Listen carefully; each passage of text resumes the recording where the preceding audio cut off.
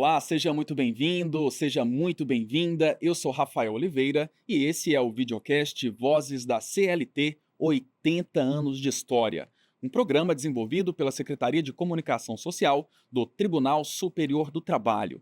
Esse conteúdo já está disponível para você em todas as nossas redes sociais e o papo completo você confere no canal do TST no YouTube.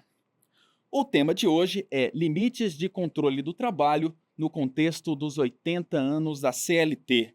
Para falar sobre esse assunto, nós convidamos ele, que é de Rui Barbosa, na Bahia.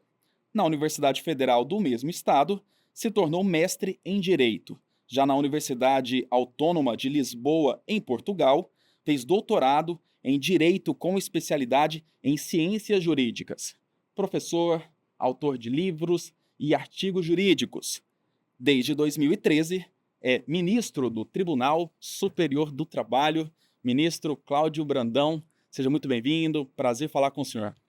Prazer é meu conversarmos, isso é um tema muito interessante, né? Mas enfim, vamos aqui estabelecer uma conversa sobre esses 80 anos da CLT e a trajetória no que toca a controle da duração do trabalho. Exatamente, tem muita história, hein, ministro? Tem, essa história é uma história longa, é uma história que começa muito antes da CLT, as primeiras leis do mundo que procuraram disciplinar o trabalho humano, sempre tiveram foco à limitação da disponibilidade do tempo. A grande ideia que está em torno disso é saber, de fato, a lei estabelece um limite máximo de tempo a partir tempo no qual o empregado fica à disposição do empregador, e em ultrapassando esse tempo, quais as consequências que são previstas na legislação para efeito de remuneração do trabalho humano. Basicamente é isso, e vamos falar, será uma conversa muito agradável. Sem dúvida. Bom, para começar o nosso papo de fato, então, eu já convido o senhor para essa tela aqui, porque nós preparamos alguns recortes de jornal impresso lá do início do século XX.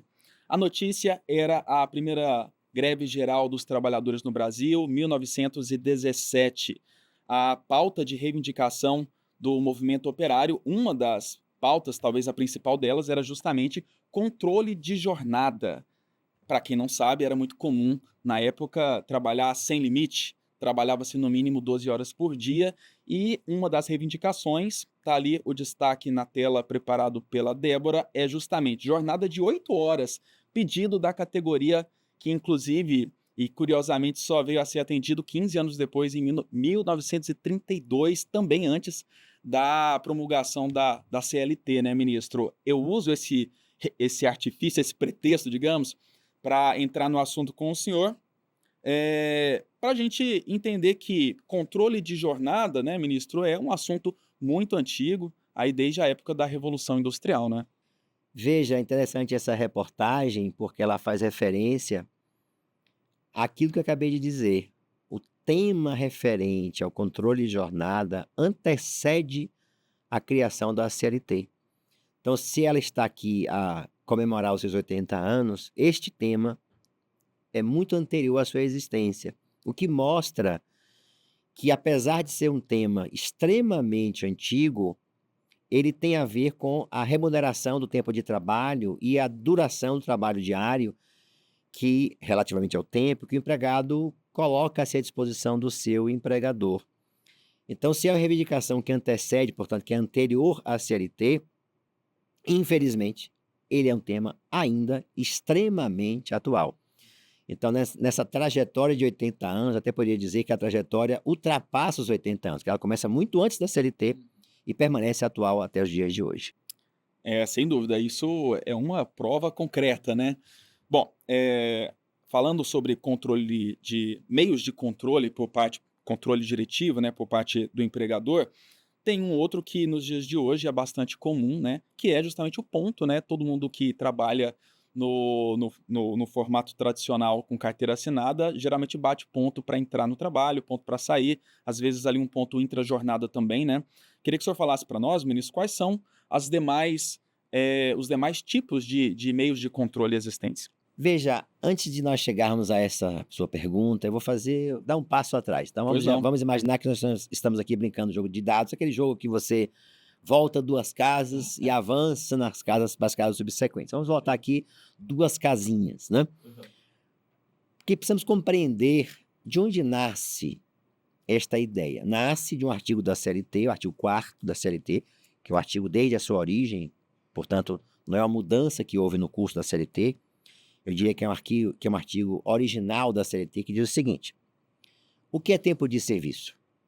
Tempo de serviço é o período de tempo, claro que não são essas palavras, né, em que o empregado está à disposição do seu empregador. Mas diz mais: trabalhando ou aguardando ordens. Então, se nós fôssemos compreender esse artigo 4º da CLT, vamos ter a noção do que é tempo de serviço. É o tempo, é o período determinado do dia que o empregado está ou trabalhando ou esperando que seja a ele demandado o trabalho, mas que esteja à disposição do empregador. O que está, então, por trás desta compreensão do legislador? A liberdade de disposição do seu próprio tempo.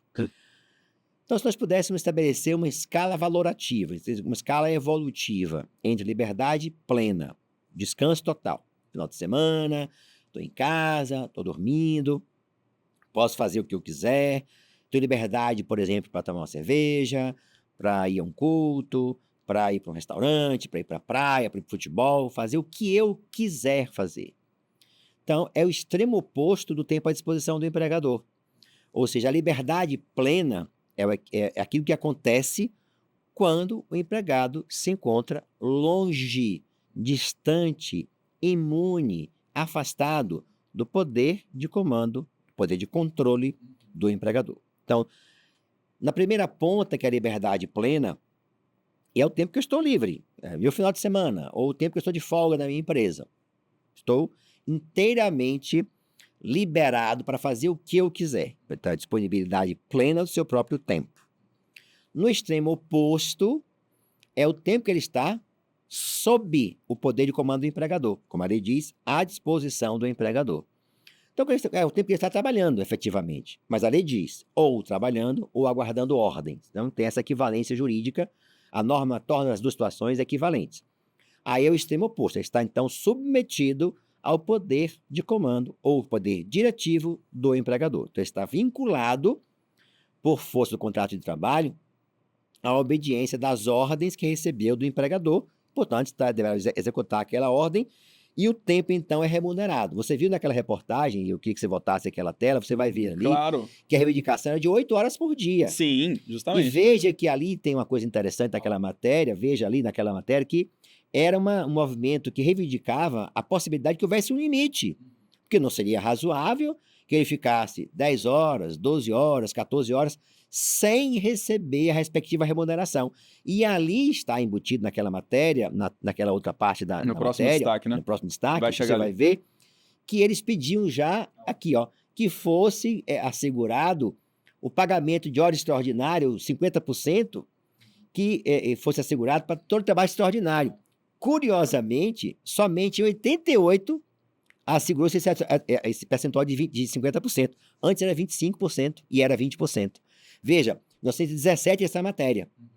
Somente em 1988 foi que se assegurou a percepção de 50%. A hora extra veio muito tempo antes, claro, mas antes era 20% as horas chamadas suplementares, que eram combinadas previamente com o empregador, ou 25% as horas resultantes de força maior.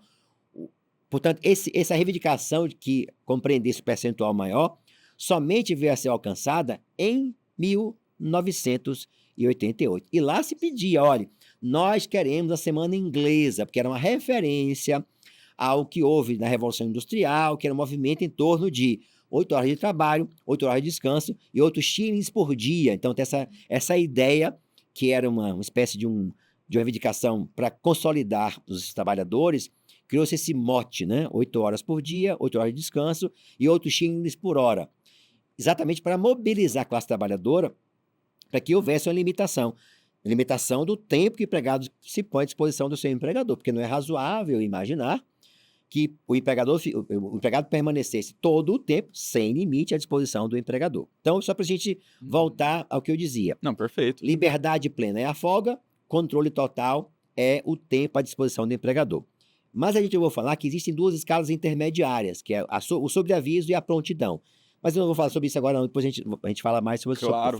falaremos mais sobre isso. Só para eu entender melhor então a referência que o senhor fez ainda àquela reportagem, ali, quando eles falam trabalho extraordinário, a gente está, de fato falando das horas extras, Horas né? extras. Aí o que são as horas extras? Todo trabalho realizado além do limite normal máximo diário. Então, se o empregado foi contratado, o limite máximo hoje normal é de 8 horas por dia de trabalho. A Constituição Federal estabelece o limite máximo de trabalho normal. Se o empregado ultrapassa esse limite diário normal de 8 horas, tem direito a receber hora extraordinária, que é a chamada hora extra, que é o tema que durante toda a história nossa mais esteve presente nas pautas reivindicatórias dos trabalhadores. Se você pudesse pensar um tema nesses 80 anos, eu diria sem sombra de dúvidas que é a hora extraordinária, que é a chamada hora extra. O empregado trabalhou a mais, não recebeu, quem recebeu o que ele acha que é devido. Ministro, eu recebi aqui um dado sobre número de processos na Justiça do Trabalho, em todas as instâncias, que envolvem controle de jornada. Vou dar esse dado rapidamente para a gente continuar a nossa conversa. O dado diz o seguinte, que em 2022, isso em todas as instâncias da Justiça do Trabalho, foram um pouco mais de 22 mil processos relacionados a controle de jornada. No ano seguinte, 2023, teve uma queda ali, caiu também no total para pouco mais de 17 mil processos. O senhor me dizia que horas extras é, de certa forma, um desdobramento desse controle de jornada. Tema extremamente antigo e que nunca saiu de pauta, né? Na verdade, esse dado deve estar a se referir na ideia do poder diretivo, porque se nós fôssemos buscar o tema hora extra, Bem certamente mais. estaria na casa dos milhões de processos por ano, porque todo processo trabalhista, em regra, tem hora extra a ser debatido. Por que isto? Porque, na verdade, é um tema comum. Todos os processos, em regra, reivindicam o empregado reivindica esse pagamento. Ele alega que trabalhou mais do que 8 horas por dia, ou que não teve, por exemplo, o intervalo para refeição respeitado. Interessante também essa observação que você fez, que me leva a um outro detalhe que eu esqueci de mencionar. Pois não. Quando eu falei no limite máximo diário de trabalho normal de 8 horas, a lei também assegura alguns intervalos para refeição e descanso. Então, nós temos 3 tipos de intervalo. O intervalo dentro da jornada, chamado intervalo intrajornada, para refeição e descanso. O intervalo entre 2 jornadas de trabalho, isto é, o chamado intervalo interjornadas.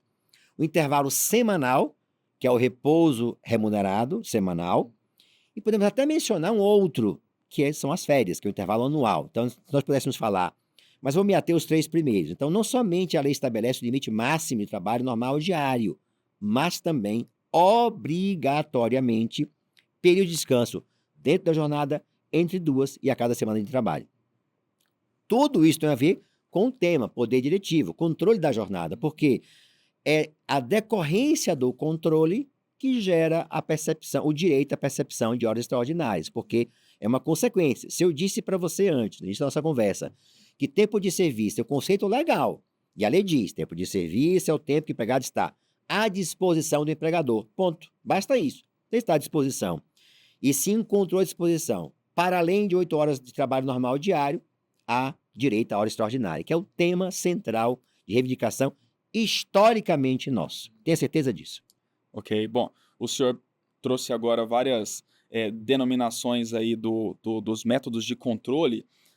Eu perguntava no início quais são eles, né? Eu queria que o senhor, ainda de forma conceitual, dissesse para nós, até para quem está nos acompanhando, tivesse uma noção mais clara, talvez, do que sejam esses meios de controle, ou os principais, para a gente pontuar e seguir nosso papo. Tá, ótimo. As pessoas até equivocadamente pensam que cartão de ponto é forma de controle única. Não é verdade. A lei não disciplina isso. O que a lei diz é o seguinte: todo empregador que tenha mais de 10 empregados é obrigado a ter controle diário de jornada. Eletrônico, manual, escrito, manual, eletrônico. Basicamente isso. Mas se eu tiver, por exemplo, alguma forma de controle que não seja esta, para a lei equivale. É o chamado controle indireto de jornada. Então vamos agrupar assim, vamos reunir em 2 grandes grupos para compreensão de quem nos assiste. O controle direto, que é o controle do horário que ele chega e sai da empresa, E aí vai de cartão de ponto magnético, cartão de ponto eletrônico, cartão de ponto manual, livro de ponto, qualquer forma de detectar registro material, registro concreto da hora que ele chega, da hora que ele sai da empresa, controle direto, isto é, eu afiro, eu verifico, eu constato, eu posso, enfim, atestar que horas ele chegou, que horas ele saiu. E isso nos dá o controle da jornada. A jornada é o espaço de tempo entre 2 horários, inicial e final. Então vamos só deixar claro: horário é uma coisa, jornada é outra. Horário, limite inicial e final de trabalho. Desde a hora que ele começa, a hora que ele termina. Jornada é o espaço de tempo entre esses 2 limites. Seria a quantidade de trabalho medida em função do tempo, que é aferida, claro, que é medida em função desses 2 marcos delimitadores, horário inicial e horário final. Se ultrapassou 8 horas, hora extraordinária devida. Mas a lei não diz, claro, categoricamente, uma única forma.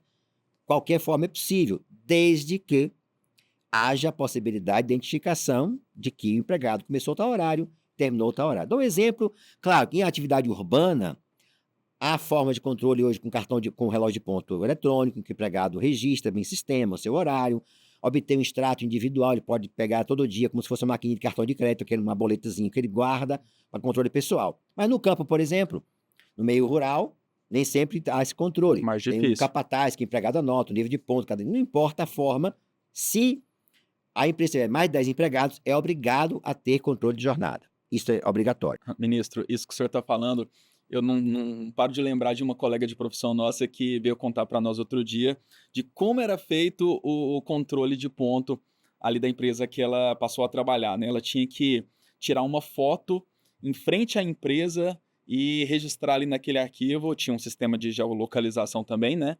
E ela tinha que, de fato, mostrar de fundo, naquela selfie, que ela estava na empresa. A gente achou curioso, por que não uma maquininha de ponto eletrônico ali na digital, que é, pelo menos aqui onde a gente trabalha é assim, e que também é muito comum, né? A gente achou curiosa essa forma dela. Mas é interessante esse exemplo que mostra que a criatividade, Tem de tudo, enfim, né? tem de tudo, né? Mas o que é importante definir é que isso é o controle de jornada, é a vinculação ao poder diretivo do empregador. Então, agora, o que é o controle indireto de jornada? Muitas vezes, a empresa, isso é muito comum em atividade externa, e esse tema nos leva a uma outra abordagem que eu acho curiosa. Muita gente imagina trabalhar na rua não tem direito à hora extra. Isso é um equívoco absurdamente grande.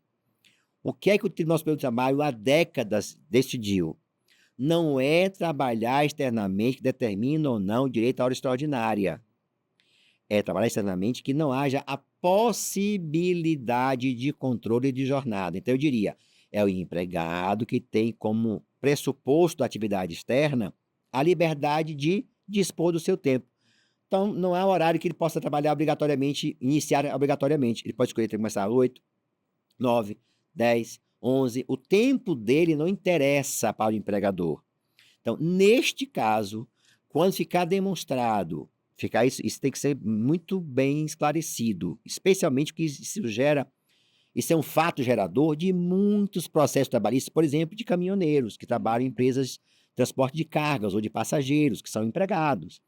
Então, motoristas de transporte de veículos que trabalham, claro, em atividade externa. A gente pensa que, por ser motorista, trabalhar viajando, não tem direito à hora extraordinária. Isso é um erro. Especialmente no mundo de hoje, em que a tecnologia, rastreamento por satélite, geolocalização, controle imediato de acesso à atividade do empregado, permite saber onde ele está, quando ele está e, evidentemente, se está trabalhando, porque o empregador tem essa possibilidade de fazer o controle. Então, vamos dizer assim, eu vou repetir porque isso é muito importante, não é atividade externa que gera direito a não, que não gera, melhor dizendo, não é atividade externa que faz com que o empregado não tenha direito à hora extra. É atividade externa em que tenha liberdade de disposição do seu tempo, ou na nossa compreensão do TST, em que não seja possível o controle de jornada. Não é o empregador não querer fazer o controle, é não ser possível ser feito o controle. E aí a forma como ele vai controlar, cabe a ele. Por exemplo, o empregador estabelece rotas, atividade de vendas. Ele vai ter que visitar tais e tais clientes, tem roteiro pré-estabelecido, ele tem que informar o horário que ele terminou aquela visita, por exemplo, na empresa cliente. Ele preenche o sistema de vendas. Tudo isso são formas de controle indireto de jornada. Por exemplo, quem trabalha na rua, na atividade diária de vendas ou qualquer atividade externa, é registrado na portaria da empresa a hora que ele sai, no carro da empresa, e volta à tarde. Ora, se eu sei a hora que ele saiu, a hora que ele voltou, aquele espaço de tempo é utilizado como controle indireto de jornada. Ou seja, e aí se mede o tempo em função desses dois marcos. Por isso que se diz, atividade externa incompatível com a duração do trabalho não gera direito à hora extraordinária, mas essa incompatibilidade é o pressuposto, e não a atividade externa. Bom, o senhor adiantou aqui parte do que a gente tinha programado para questionar, e não tem problema. O senhor falou em relação ao motorista dos vários tipos de transporte, caminhoneiro, enfim, com sistema de geolocalização, e ainda em cima desse exemplo, ministro, eu queria o senhor falou da questão das horas extras nesses casos, e ainda nesse exemplo eu queria abordar com o senhor a questão dos limites, né? Nesses casos de trabalho externo, né, onde o trabalhador fica sujeito ali a um sistema de geolocalização, também câmeras, quais são os limites, né, do poder diretivo da empresa em relação a esses métodos de controle? Não há nenhuma diferença. É interessante também observar que a CLT tem um dispositivo que fala mais ou menos o seguinte: os controles telemáticos e informatizados de direção e controle equivalem a controle pessoal. Essa mudança aconteceu em 2011 na CLT. Quer dizer isto, se eu puder controlar sistemas informatizados, tecnologia, portanto, de controle da atividade do empregado, quando ele está trabalhando, isso equivale a controle direto. É a mesma coisa se nós tivéssemos, eu vou usar aqui uma expressão, fazer aqui uma analogia que talvez as pessoas possam me entender. É como se ele dissesse o seguinte: olha, o chefe virtual é igual ao chefe presencial. A pessoa física é igual ao chefe telemático. O que importa estabelecer é se há a possibilidade de controle. Exemplo, muito comum. O empregado, para começar a trabalhar, põe senha pessoal, login e senha no sistema da empresa para começar a trabalhar. Ora, se a senha é pessoal, se a senha é intransferível, se ele digitou o sistema da empresa, começou a trabalhar. Quando ele, usando a expressão da informática, né, deslogar-se, aqui entre aspas, é o limite final do tempo dele. Olha, se entre o horário inicial do login, de novo uma expressão aqui da informática, da tecnologia, e o log-off, ou seja, iniciou e terminou, ultrapassou 8 horas, tem hora E extraordinária. tudo isso fica registrado. Isso. A única coisa que é importante descrever para você é o seguinte: o intervalo da refeição é que a lei, que o Tribunal Superior do Trabalho diz o seguinte: cabe ao empregado provar que ele não gozou intervalo para refeição. Porque aqui, veja, eu marquei o início e marquei o final. O meio, eu não marquei. Então, qual é o pressuposto? Que em atividade externa, o empregado escolhe quando ele vai parar para almoçar ou descansar e voltar de novo na segunda parte do trabalho. Então, se a empresa não tiver um controle direto da hora dessa fração de tempo que ele parou para almoçar, isto é, se não há o registro do intervalo intra-jornada, aí não se considera tempo aquele reservado para refeição e descanso, que nesse caso seria de 1 hora, no caso, jornada acima de 6 horas. E é flexível também, né? Sim, trabalho externo sim, trabalho externo sim. Bom, ministro, eu vou aproveitar que a gente está mais ou menos na metade do nosso papo para mandar um recado para quem nos acompanha, né? E agradecer a você que nos acompanha. Hoje o papo é com o ministro do TST, Cláudio Brandão. Limites de controle do trabalho no contexto da CLT, um papo muito interessante e que, sem dúvida, tira muita dúvida de muita gente. Ministro, agora duas situações. Primeiro, o cargo de confiança, né? Muitas vezes o trabalhador chega na empresa e, por exercer esse cargo de confiança, ele não bate ponto nem para entrar, nem para sair e acaba excedendo ali o limite de carga horária permitida, né? Como é que a justiça entende situação de horas extras nesse caso? E também já vou aproveitar e perguntar para o senhor em relação a outra situação, trabalhos externos. Por exemplo, um promotor de vendas, um representante comercial, onde muitas vezes ele tem que ir à empresa abastecer ali uma prateleira, por exemplo, no caso de um supermercado, muitas vezes no mesmo dia passar em 3, 4 empresas. O que que a lei prevê em relação a esses casos no contexto dos meios de controle? Bom, vamos ao primeiro, né? São duas situações bem diferentes. Cargo de confiança. Para o legislador brasileiro, um tipo de cargo de confiança está afastado do capítulo da duração do trabalho, que eu vou chamar assim de mais alto cargo de confiança na empresa. Então, vamos imaginar que nós estejamos diante de uma agência bancária, em que eu tenho os trabalhadores em geral, os empregados em geral, eu tenho o chefe de seção, tenho o chefe de serviço, tenho o chefe de expediente, gerente administrativo, gerente operacional, gerente comercial. São vários cargos de confiança. Isso. Não é exercício de cargo de confiança que afasta o direito a horas extraordinárias. De todos esses cargos que eu mencionei, apenas um estaria fora do controle, fora do capítulo da duração do trabalho. O gerente geral, ou o gerente chamado, no campo bancário, comercial. Por quê? Porque acima dele não há nenhuma pessoa a quem, na agência, ele deva, aspas, satisfação. Então, veja, quando o empregador é livre para fazer isso, tá? A lei não diz quais cargos são, que maneira ele vai dividir, o empregador é que tem o poder de comando. Então, vamos dar 2 exemplos aqui para contextualizar para o nosso amigo que está nos assistir agora. Vamos imaginar que eu tenho uma empresa que seja um pequeno comércio que trabalhe um empregado e o dono da empresa. Ordem direta, subordinação direta, controle direto presencial. Nesta empresa, ele não resolveu delegar o seu poder de comando a ninguém. É ele e o seu empregado. 1, 2, 3, 4, 5, não importa quantos sejam. Isto é, entre ele, que evidentemente é o detentor do poder de comando, e os subordinados, que são os empregados, não há ninguém nessa escala de hierarquia. Poder máximo, subordinação máxima. Ninguém entre ambos. Tudo bem definido. Bem definido. Então, não há cargo de confiança aqui, porque ele é o próprio empregador, evidentemente, ele não delega a ninguém o poder que é dele. Mas ele cresceu, era uma pequena empresa, era um pequeno armazém, enfim, a atividade comercial prosperou, ele, ao invés de 10 empregados, passou a ter 50 empregados, 100 empregados. E ele sentiu que não dava para ele, sozinho, comandar a empresa. Então, ele resolveu, e repito, a lei não diz como isso é feito. Cada empregador que resolve organizar sua empresa da forma que ache mais conveniente. Ele resolveu dividir esse poder que é dele. Então, ele criou um supervisor de campo, um supervisor de área, criou um gerente de departamento e ele próprio estava comandando ali diretamente a empresa. Pergunto eu, esses gerentes estariam fora do controle? Não.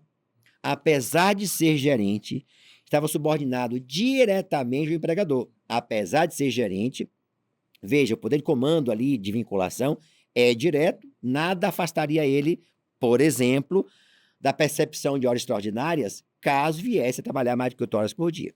Até aí muito claro?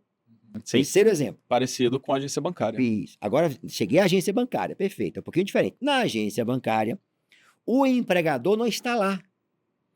Cresceu tanto que ele criou um gerente geral de agência, gerente de setor, de departamento, chefe e encarregado. Mas quem é o dono não está ali. Tem um superintendente regional ou gerente regional que está distante ali, claro. Vamos imaginar que nós estejamos num estado como São Paulo, apenas para exemplificar para o nosso, quem nos assiste. Nós temos, nosso espectador, nós temos aqui a gerência, a direção que fica na cidade de São Paulo, uma agência situada a, enfim, bairros distantes, não importa, e nessa agência comandada por um gerente. E entre a direção do banco e a gerência da agência existe um diretor regional, por exemplo. O que é que vai acontecer? Este gerente geral de agência, na agência não tem ninguém acima dele. Esta pessoa que exerce o cargo mais alto na estrutura de hierarquia daquela agência, e ele não está subordinado, senão ao diretor regional ou superintendente regional, essa pessoa, e apenas ela, está afastada do controle de jornada. Então é mais ou menos isso. Não é o fato de ocupar um cargo de gerência, é ter poder de mando. Aquele poder diretivo foi delegado para ela plenamente. Ela, assim, aí sim, ela tem liberdade para fazer o que ela quiser, ela pode, enfim, ter a liberdade de estabelecer punições para os outros gerentes. Os demais gerentes devem satisfação a esse gerente geral, mas ele, na agência, não deve satisfação a ninguém. É como se ele estivesse ali incorporado a figura daquele empregador lá daquela pequena, aquele primeiro exemplo. É como se fosse ali alguém que representasse no local o empregador. Esse gerente máximo, e somente ele, é que está afastado do controle de jornada. Então, é preciso que nós entendamos isso. E Não como é o calcular? cargo de gerência que diz que o empregado não tem direito à hora extraordinária. É a gerência máxima de um estabelecimento, de uma agência ou de uma filial. Só para eu entender perfeitamente, apesar do exemplo ter sido muito bom. Nesse caso, então, do gerente máximo que está livre do controle de jornada, como calcular, então, as horas extras Ele não dessa recebe figura? hora Não extra. recebe, Não pronto. recebe, Ah, porque a ok. lei diz assim: esse gerente tem que ter uma gratificação de função de, Ah, no sim, a mínimo, parte. 40% separado do salário dele. Ele tem que ser salário diferenciado, ele tem que ter uma gratificação de função que tenha no mínimo 40%, que expresse essa. Para remunerar essa gratificação, não somente um alto grau de responsabilidade, mas veja, ele tem liberdade de tempo. Se ele quiser chegar mais tarde amanhã na agência, pode chegar. Ele não é obrigado, ele não bate ponto, ele não tem controle direto de jornada, porque ele tem a liberdade de disposição do tempo. Ele pode almoçar em casa, pode almoçar com um cliente, por exemplo, ao invés de levar meia hora, pode levar 2 horas. Então, o pressuposto aqui é que essa pessoa, por ter um alto poder de comando e controle, ela própria, então não está vinculada diretamente àquela subordinação do que toca ao controle de jornada. Tem até a liberdade de definir. Se hoje trabalha 6 horas, trabalha 7, trabalha 4, trabalha 2. Então, essa liberdade que está ali embutida nesse pressuposto de poder de comando que o empregador delegou para ele. Uhum. Perfeito, agora ficou bem claro, imagino que para quem está acompanhando a gente também. Nisso, agora eu quero falar com o senhor sobre novas modalidades de trabalho, a Justiça do Deixa eu Trabalho. só voltar Pois à não. sua segunda pergunta. Você fez 2 perguntas, de trabalho Ah, externo sim, é e do verdade. nosso vendedor Do externo, do vendedor. vendedor. Aquele representante comercial que passa Isso, por mais isso. de uma unidade É o que eu falei há no pouco mesmo do dia. controle indireto. Até eu tinha Veja, esquecido. isso, o controle indireto, na verdade, é toda maneira pela qual pode estabelecer, eu acabei de falar, o controle da atividade do empregado. E eu disse que todas as formas indiretas podem ser utilizadas. A hora que ele chegou na empresa, ele bateu lá, registrou na portaria do cliente, a hora que ele chegou, atendeu o cliente e voltou para sair. A lei não diz como esse controle deve ser exercitado. São as situações em que o empregado, ao trabalhar externamente, e veja, a atividade dele não é incompatível, ao contrário, é compatível com o controle. Se é compatível com o controle, cabe ao empregador controlar, se tem mais de 10 empregados. Se ele não controla, o empregado, enfim, afirmando que tem trabalho realizado mais do que 8 horas por dia, terá direito à hora extraordinária. Ok.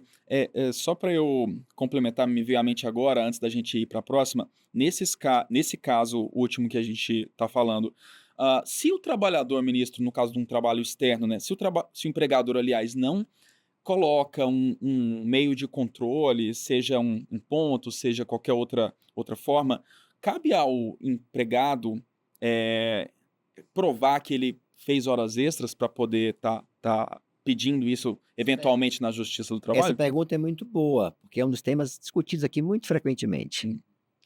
Eu disse há pouco, se tem mais de 10 empregados, é do empregador o ônus da prova. É ele que tem que demonstrar o tempo de trabalho que o empregado realizou, salvo quanto ao intervalo para refeição. Então, cabe ao empregador demonstrar a hora que o empregado começa e a hora que ele termina.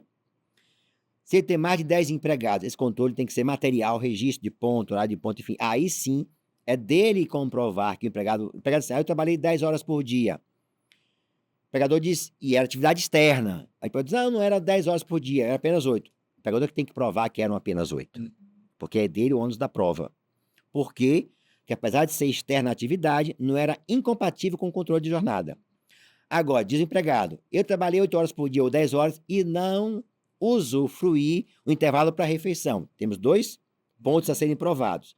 A hora extra, trabalho acima de 8, e o pagamento resultante do intervalo não concedido de refeição e descanso.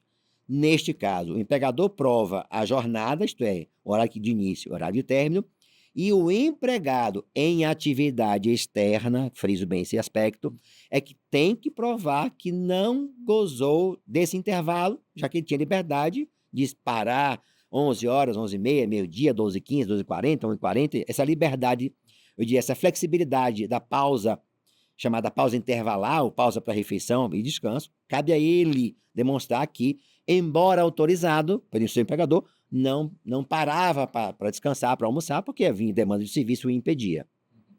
Muito bem, agora ficou bem claro então, inclusive essa minha última dúvida. E só um parênteses, no caso do promotor de venda do supermercado, a prova é tranquila, tranquila, o meio é livre. Ele, para entrar no supermercado, cliente, portanto, alguém que trabalha na agência, na loja de supermercado, vamos imaginar 3 lojas por dia. Saiu, chegou na primeira loja, lá tem um controle de entrada, controle de acesso, câmeras, telefone celular, que registra a hora que ele começou. Trabalhou naquela loja, terminou, saiu para outra. Está em trabalhando, está em atividade.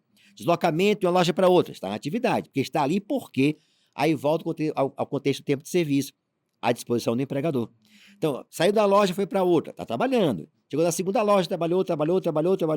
Aí, para entrar na loja, teve que assinar lá, alguém autorizar, enfim, um registro material do seu ingresso, ou a câmera, ou o celular dele, ou a senha na portaria do supermercado, ou alguma forma de registrar que ele entrou na segunda loja. Trabalhou, saiu. Até agora ele não parou. Porque o deslocamento de uma loja para outra está trabalhando, está ali por quê? Tempo de serviço. Aí parou para almoçar. Aí voltamos à discussão do intervalo para refeição ou não. Aí na última loja, saiu, foi na terceira loja, na quarta, na quinta, na última loja, saiu e foi para casa. Todo este tempo, ele pode aferir por formas indiretas que estava trabalhando. Então não existe um meio próprio. O que a lei diz? Toda a prova é livre, salvo prova ilícita. Eu não posso usar uma chantagem, não posso usar, enfim, meios ilícitos de prova, eu não posso utilizar. Manipulação. Manipulação, isso eu não posso utilizar. Fake news, né, do tempo do Brasil de hoje, não é possível. Mas se eu puder utilizar qualquer tipo de prova, e hoje a chamada prova digital é amplamente permitida no processo judicial brasileiro. Me diz mais uma aqui, porque as dúvidas vão surgindo durante a conversa, né? O senhor falava e eu pensava aqui, será que esse trabalhador externo poderia, de repente, até pedido do próprio, esse empregado, de repente, até pedido do próprio empregador para provar o intervalo intra-jornada por uma mensagem? Olha, estou entrando no meu intervalo de lanche agora. Daqui 15 minutos ele fala, concluído tempo de lanche. Isso é válido? Perfeito. O que eu acabei de dizer é isto. Toda a prova lícita é possível. O que o juiz vai verificar é a validade legal desta prova. Se o empregado reconhece que ele mandava mensagem, se o empregador reconhece essa mensagem como verdadeira, as partes convencionaram essa forma de demonstrar um intervalo para refeição, nenhum problema. Veja, mas isso não é o suficiente, não é exclusivo. Vamos imaginar que ele não tenha mandado mensagem, mas havia já localização, o empregador pediu os dados do celular e demonstrou que ele parou, o celular dele não havia mais deslocamento, estava num lugar estável, né, estático, que coincidentemente era um restaurante ou uma lanchonete que saiu tempo depois. Então, é um indício, é chamada prova indiciária, é um indício que ele parou para a refeição. Mas o empregado tem que demonstrar que não gozou do intervalo para a refeição. Diz, eu não parei para almoçar. Ele, empregado, tem que comprovar. Isso é muito importante. Atividade externa, quem prova limite inicial e final é o empregador. Mas quem prova a afirmação de que não parou para almoçar é o empregado. Ok. Bom, a gente está falando aqui de, por exemplo, mensagem de WhatsApp, né? Outro dia aqui conversando com o ministro Aloísio, ele falava que a Justiça do Trabalho hoje, não hoje, mas desde a pandemia, fazia audiências de conciliação por meio de chamadas de vídeo por WhatsApp, videoconferência, já se tornou até algo bem comum, né? Eu queria falar com o senhor agora de algo parecido, né, que é do formato de trabalho em home office e teletrabalho, né? Como é que fica a questão do controle de jornada, os demais meios de controle diretivo nesses formatos de trabalho home office, teletrabalho? Eu há pouco disse que em 2011 a lei brasileira foi alterada e tornou, eu vou usar a expressão, eu nem gosto de usar a expressão jurídica para os nossos espectadores não se assustarem, né? Mas é mais ou menos isso, a equivalência jurídica em controle direto e controle informatizado. Isto é, traduzindo em outras palavras, para o legislador brasileiro, tanto faz ser o controle exercido por um chefe presencialmente acompanhando o trabalho do empregado, do que o controle feito por meio telemático informatizado. Então, eu disse há pouco, se o empregador sabe a hora que o empregado começou a trabalhar porque acessou o sistema da empresa e colocou login e senha, controle direto de jornada. Hoje, por exemplo, em alguns países e até no Brasil, O empregador põe software de controle direto por senha, por câmeras no sistema, na máquina do empregado, no seu computador. Em outras situações, até chip subcutâneo, já existem exemplos disso. Tem empresas, e não vou citar o nome por razões, mas enfim, a Amazon, saiu nos jornais, em alguns lugares, ela coloca um chip subcutâneo, isto é, introduz equipamento de controle sobre a pele do empregado. E evidentemente é fácil perceber que esse tipo de controle, ele não apenas é do limite de jornada, é de tudo, porque o chip permanece com ele o tempo inteiro. Então, há discussões sobre, por exemplo, proteção de dados pessoais, que não, assim, a gente não pode entrar nesse tema agora, senão daria, seria Dá um tema outro para outra episódio, né? conversa, para outro episódio. Exatamente. Mas veja, só para deixar claro que se a atividade é exercida e há a forma de controle, mesmo à distância, no caso do home office, o empregado está sujeito a controle de jornada, não importa a maneira pela qual esse controle é exercitado, o trabalho medido deve ser objeto de hora extraordinária. A única forma que a lei mudou recentemente foi o controle à distância em trabalho por produção. Então, eu vou chamar assim, vou usar um exemplo. Se está em home office e trabalha por produção, há discussões sobre se esse limite é inafastável. Porque o trabalho por produção, ele apenas muda a forma de remuneração. Eu vou dar um exemplo que é muito comum para quem nos assiste compreender. A comissão. O que é a comissão? Trabalho por produção. Quanto mais a pessoa trabalha e obtém o resultado da sua atividade, vamos imaginar um vendedor de uma loja, recebe por comissão. Quanto mais ele vende, Cumprimento de metas. isso, mais ele recebe salário, isso varia dia por dia. Mas mesmo quem trabalha por produção, se ultrapassa 8 horas, recebe apenas o adicional, porque o limite máximo, eu acabei de mencionar há pouco, é de 8 horas por dia de trabalho. Então, a hora normal é remunerada pela comissão e a hora extra, porque, claro, se a pessoa recebeu só pela comissão, não teve pagamento de hora extraordinária. E você viu ali, em 1917 já se falava em 50%, que é um adicional que foi introduzido em 88.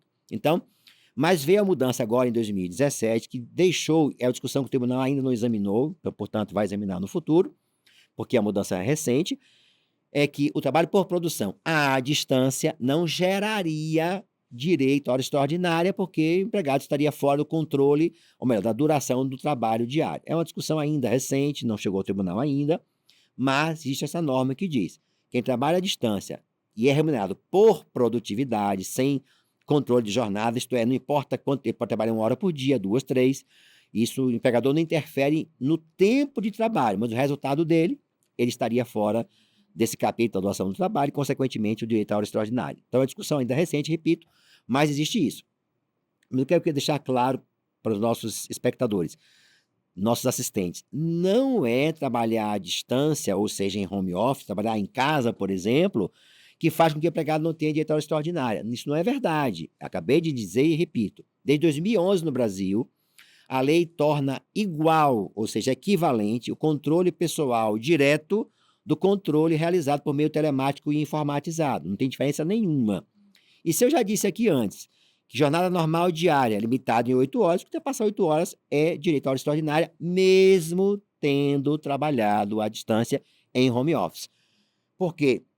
Porque não é porque está trabalhando em casa ou em determinado local, fora da empresa. A lei estabelece essa igualdade jurídica entre trabalho próximo, presencial e trabalho remoto.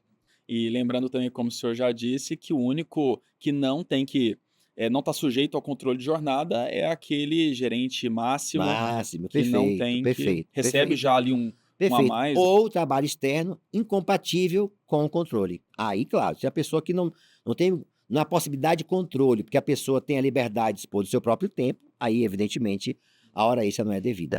Muito bem, ministro.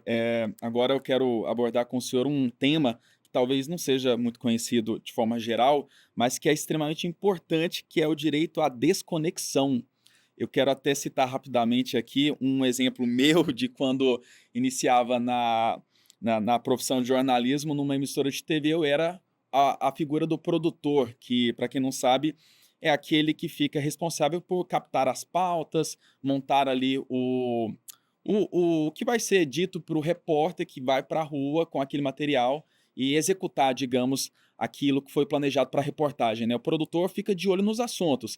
E nessa situação, eu não tinha paz, digamos, porque a todo momento fora da empresa, inclusive, eu estava pensando em pauta. Eu vinha no ônibus a caminho do trabalho, eu vi um buraco na rua, é pauta. Eu via um acidente, eu já queria filmar, eu já achava que aquilo ali seria a nossa próxima reportagem, ou seja, o tempo todo, fim de semana, feriado, pensando em pauta, ou seja, a minha cabeça não desligava, mesmo que eu estivesse fora do expediente e do ambiente de trabalho.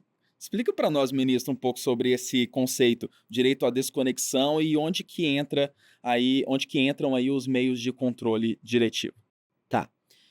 Isso é um fenômeno do mundo moderno, tá? Então vamos fazer aqui de novo o joguinho de dados, 2 casinhas para trás, para compreendermos um pouco isso. Perfeito.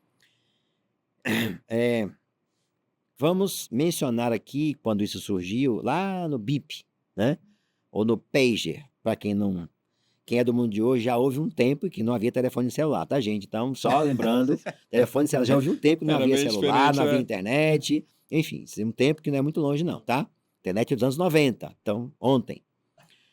Então vamos lá. Mas antes de um telefone celular, havia uma forma de chamada do empregado. Aliás, ao invés de voltar 2 casinhas, eu vou voltar 10 casinhas. Tá bom. Lá em Excelente. 43, havia uma norma relativa ao ferroviário. Então, o ferroviário, e lembrando que em 43, anos 40, anos 50, as linhas ferroviárias eram a forma de transporte de cargas e passageiros no Brasil inteiro. Então, era o meio de transporte mais utilizado e mais importante na economia da sociedade da época. Tamanha a importância que a lei do ferroviário, na verdade, uma norma da CLT, artigo 244, previu para o ferroviário 2 situações intermediárias entre o descanso e o trabalho efetivo, que eram o sobreaviso e a prontidão.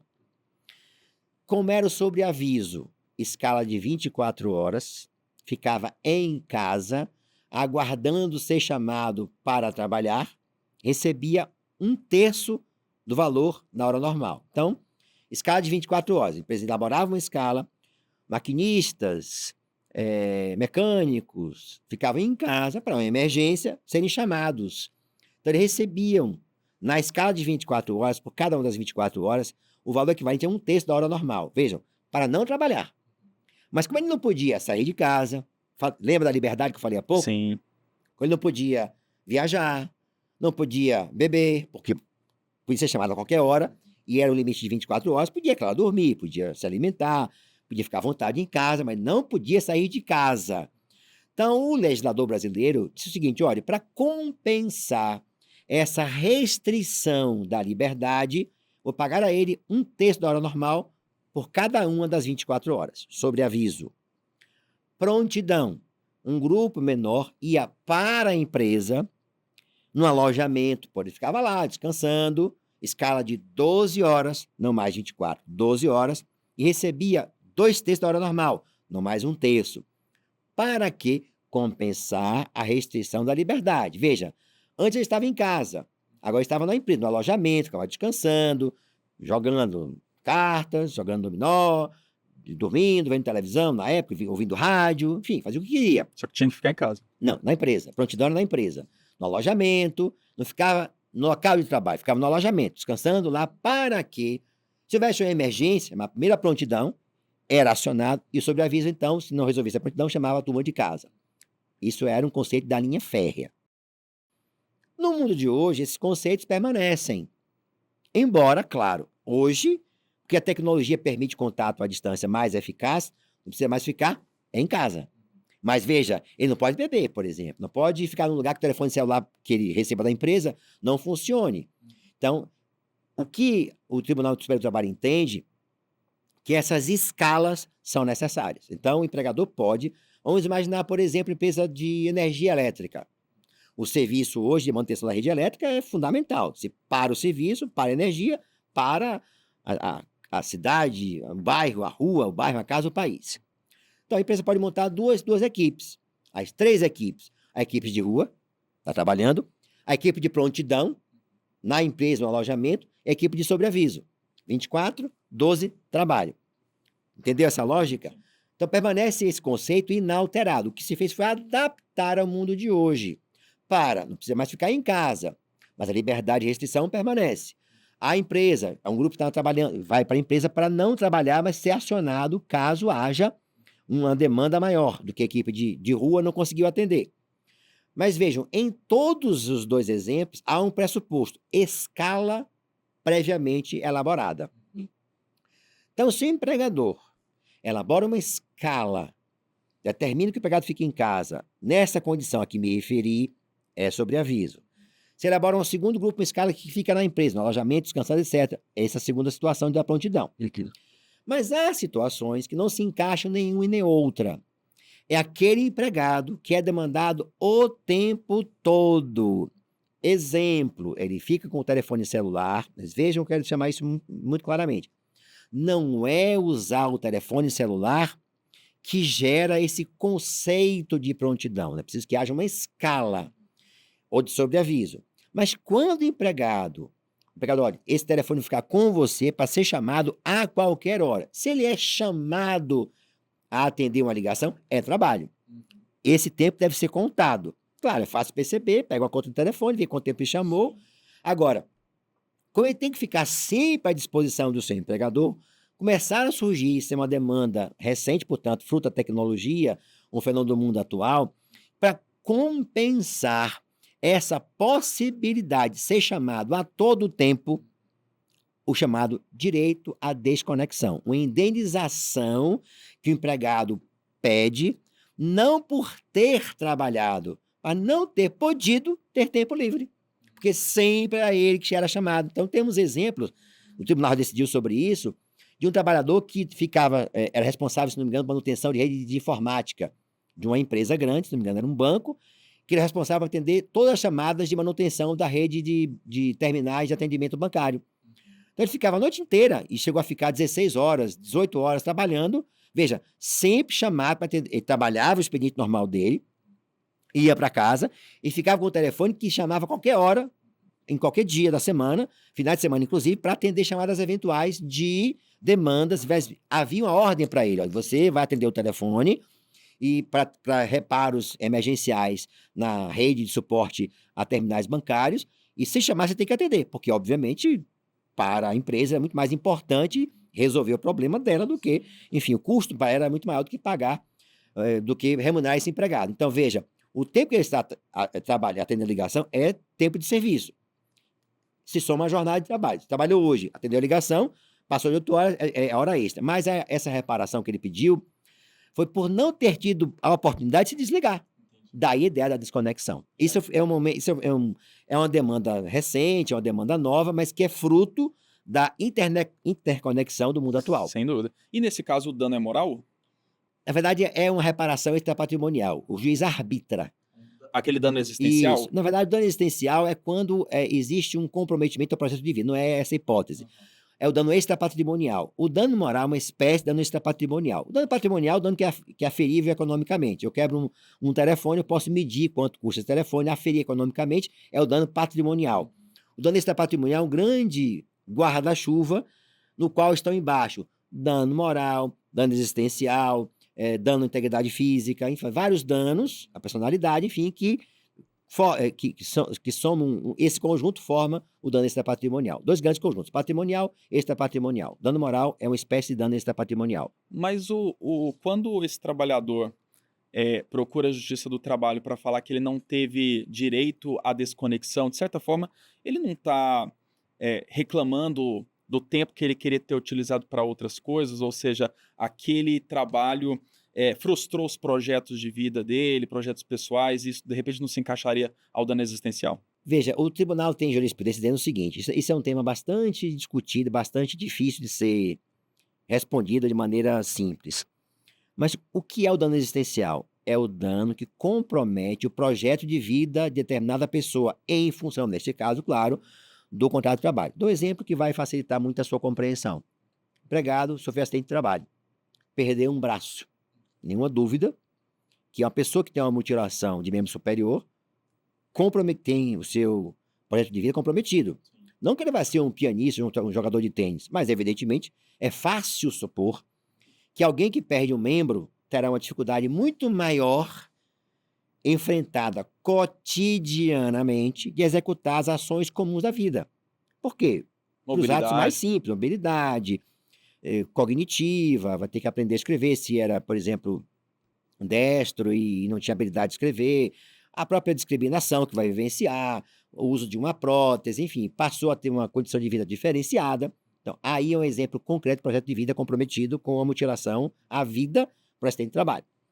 Mas a hora extraordinária, veja bem, não é a jornada excessiva por si só que gera o dano existencial.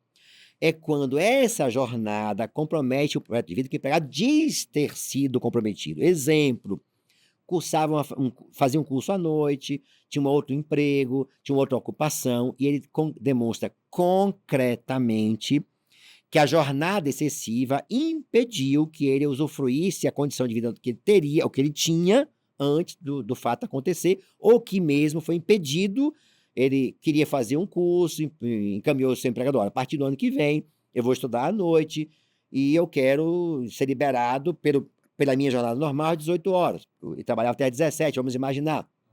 Então, ele demonstra que projeto de vida é esse que não pode ser concretizado. Porque é muito comum aqui, isso é um erro que se comete muito comumente, haver, por exemplo, a alegação da seguinte forma: jornada excessiva comprometeu o meu projeto de vida. Não diz que projeto é esse, o que ele fazia, o que ele ficou impedido. Nesse ponto, o tribunal tem jurisprudência consagrada dizendo que não há dano existencial. Então, o dano existe quando o empregado afirma que comprometeu o seu projeto de vida concretamente demonstrado e não de forma abstrata ou aleatória. Ok. Bom, aqui o ministro Cláudio dá vários exemplos bem ilustrativos, isso facilita com certeza o entendimento. Isso é ótimo. Ministro, a gente está caminhando aqui para o final do nosso bate-papo.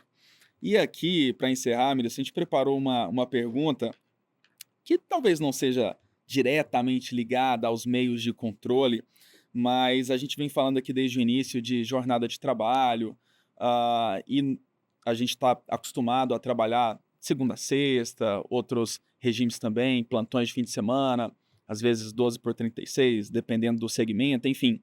Mas existe um movimento em muitos países da Europa pedindo uma redução dos dias de trabalho para 4 dias na semana, né?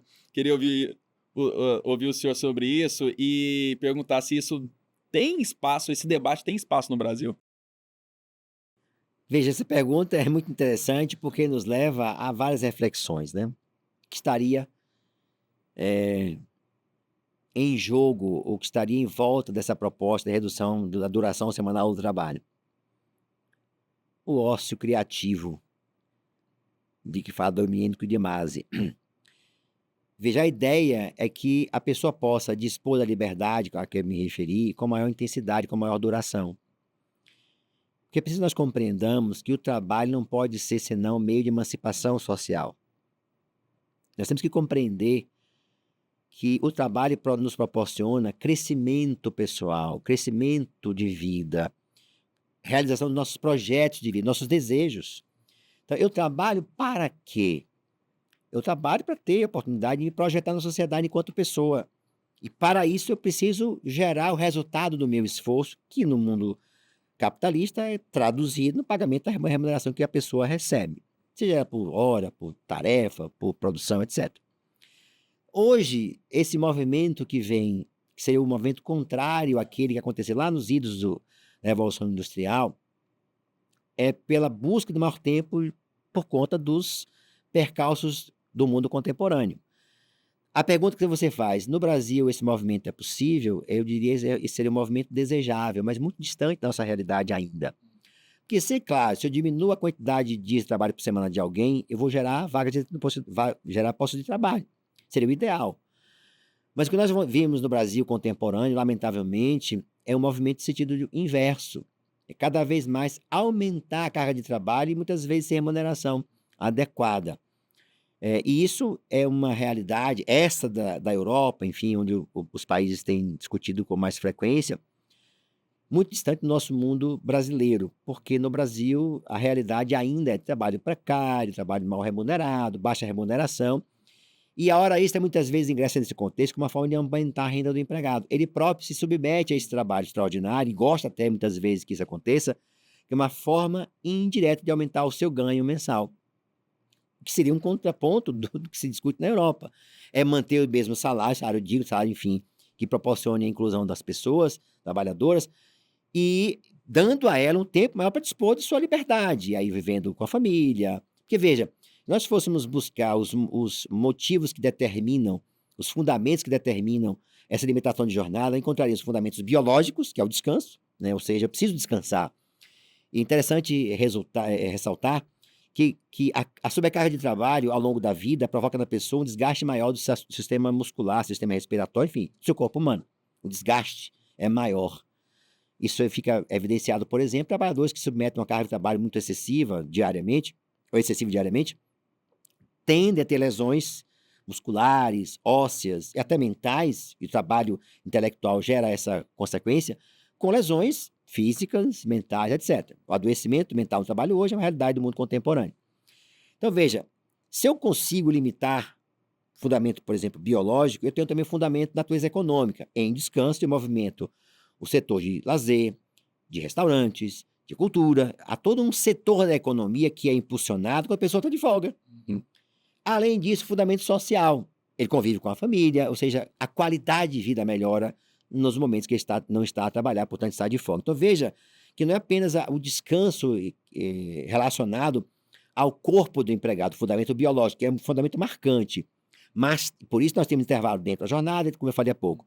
Mas também o fundamento econômico, porque movimenta o setor da economia voltado para lazer e descanso, e também um fundamento social, que é conviver com a família, conviver com os amigos, interrelações no seu bairro, na sua rua, ou seja, a pessoa viver enquanto ser social, que é a base desses fundamentos que orientam essa movimentação de redução do trabalho semanal. Claro, se eu não estou trabalhando, não estou submetido a esse controle, a essa jornada, a esse trabalho semanal com intensidade maior, eu estou descansando, movimentando a economia, etc. Então, a base é propiciar ao empregado maior tempo de convívio familiar, convívio social e também, claro, descansar também. A pergunta que você faria, isso no Brasil tem espaço? Eu digo que hoje, lamentavelmente, não. Porque a nossa realidade é trabalho excessivo sobre a jornada, enfim, os momentos todos que nós vivemos, os exemplos que nós mencionamos aqui há pouco. Desejável é. Até porque muitas vezes produtividade é aferida, não se perde produtividade mesmo quando se reduz a carga de trabalho semanal, porque as pessoas, enfim, trabalham mais felizes, trabalham com maior gosto, maior prazer, e, enfim, é um momento que eu acho que ainda estamos distantes, quiçá um dia cheguemos a isso aqui. Ah, sim, tomara. Tomara. Bom, conversei aqui com o ministro do Tribunal Superior do Trabalho, Cláudio Brandão. Ministro, muito obrigado. Foi um prazer estarmos juntos. Espero que tenha gostado da nossa conversa aqui sobre doação no trabalho. É um tema, repito, antigo, mas atual. Um abraço a Maravilha. todos. Abraço. E a você que nos acompanhou, mais uma vez, meu muito obrigado. Esse foi o videocast Vozes da CLT, 80 anos de história. Até o próximo episódio.